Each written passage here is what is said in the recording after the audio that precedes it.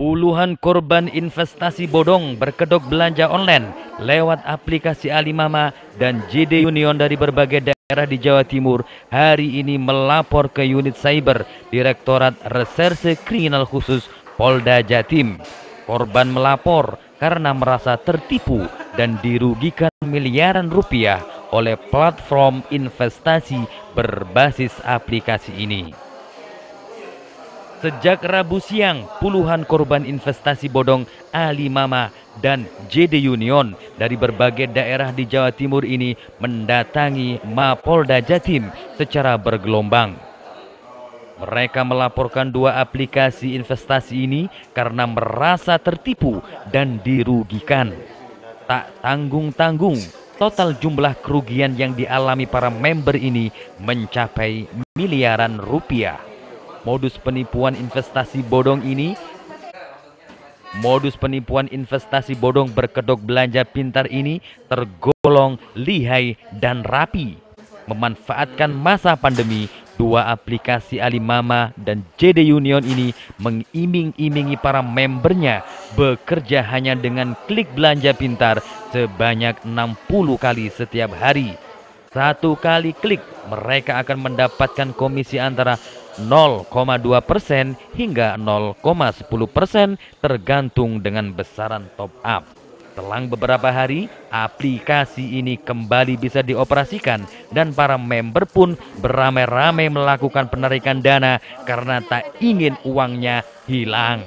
Sayang, dana yang ditarik tak masuk ke dalam rekening. Hingga hari berikutnya, kedua aplikasi ini resmi tutup dan tak bisa dibuka. Para korban pun mulai curiga dengan hilangnya kabar dari pihak Alimama dan JD Union sesaat setelah di-scamming. Apalagi nomor-nomor terkait sudah tak bisa dihubungi hingga mengakibatkan korban merasa tertipu dan dirugikan. Ferry, salah satu member JD Union, mengaku bergabung di aplikasi online ini karena ditawari temannya. Dengan modal yang ia setorkan, Ferry mendapat komisi harian sebesar 2-5%. Awalnya bisnis berjalan lancar. Komisi yang dijanjikan pun diterima sesuai dengan ketentuan dalam aplikasi Alimama dan JD Union. Namun pada tanggal 17 September 2020 lalu, pihak JD Union dan Alimama mati. Lewat pesan berantai, para member kemudian disuruh mengupdate aplikasi dengan dalih saat itu sedang ada maintenance untuk peningkatan performa.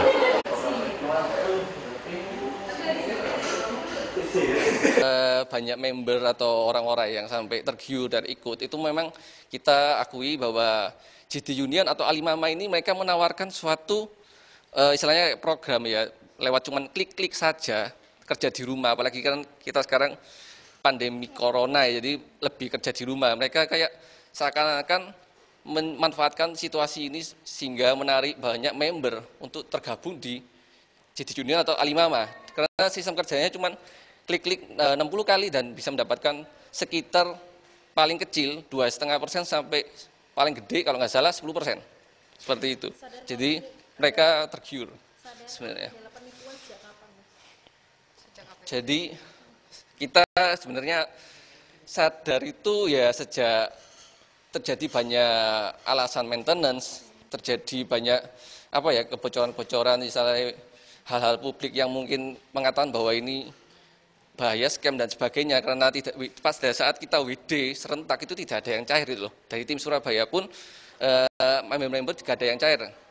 Mereka sudah info ke saya juga tidak ada yang cair gitu. Jadi seperti itu. Ya, jadi setoran awal saya itu 47 juta. Nah, saya tergiurnya itu dengan komisi yang sesuai dengan modal 47 juta itu 0,6%. Nah, seharinya. Nah, setiap harinya saya melakukan klik 60 kali itu dengan mendapatkan komisi paling kurang lebih 2 juta selama 2 hari. Nah, di situ saya tergiur mengapa saya gabung dengan JD Union dan Alimama.